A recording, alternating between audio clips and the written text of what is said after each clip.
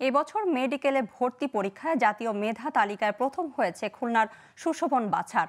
৯০.৭৫ নম্বর পেয়ে মেধা তালিকার অর্জন করেছে শীর্ষস্থান। খ্যাতনামা কোনো শিক্ষা প্রতিষ্ঠানে লেখাপড়া না করেও শুধু নিজ চেষ্টা আর অধ্যবসায়ে মেডিকেলে ভর্তি পরীক্ষায় প্রথম হয়েছে সুশোভন। দেশ সেরা হওয়ার আনন্দে ভাসছে সুশোভনের পরিবার ও এলাকাবাসী। খুলনা থেকে আনিসুর রহমান কবিরের তথ্যচিত্রের ডেস্ক রিপোর্ট। ছোটবেলা থেকেই সুশোভন বাবা মায়ের সাথে বেড়ে উঠেছে খুলনার বয়রা এলাকায়। ২০২২ সালে খুলনার টি&টি মাধ্যমিক বিদ্যালয় থেকে মাধ্যমিক পাশ করে ভর্তি হয় সরকারি মডেল স্কুল অ্যান্ড কলেজে। সেখান থেকে এইচএসসি পাশ করে ২০২৪ সালে দুবারই সব বিষয়ে এ+ পেয়েছে সুশোভন। এবার মেডিকেল ভর্তি পরীক্ষায় দখল করেছে মেধা তালিকার শীর্ষস্থান। ভালো চিকিৎসক হওয়ার পাশাপাশি ভালো মানুষ হয়ে দেশ গড়ার প্রত্যয় তার।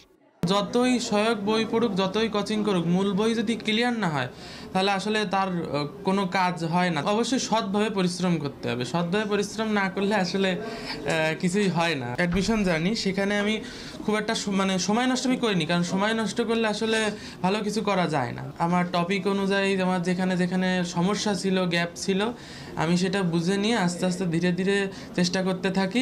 সন্তানের এমন সাফল্যে খুশি সুশোভনের বাবা মা। মেধা তালিকায় প্রথম হওয়ার খবর শুনে আনন্দে চোখের পানি ধরে রাখতে পারেননি তার মা। আর বাবার প্রত্যাশা ছেলে বড় হয়ে দেশ সেবা করবে। আমার স্বপ্ন ছিল আমার ছেলে একটা ভালো পর্যায়ে করবে, কারণ তার যে পরিশ্রম ছিল, এই পরিশ্রম তাকে, আমি মনে করি একদিন তাকে একটা ভালো পর্যায়ে নিয়ে যাবে। আজকে তার পরিশ্রমের কারণে আজকের এই পর্যায়ে এসেছে। এই জন্য আমি সৃষ্টিকর্তাকে আবারও তার প্রতি কৃতজ্ঞতা জানাই। ঈশ্বরের কাছে প্রার্থনা করি যেন ওর মনের আশাটা পূর্ণ হয়, যে একটা ভালো ডাক্তার হবে এবং ভালো মানুষ। ওর কথা যে শুধু ভালো ডাক্তার হলে হবে না, ভালো মানুষও হওয়ার দরকার।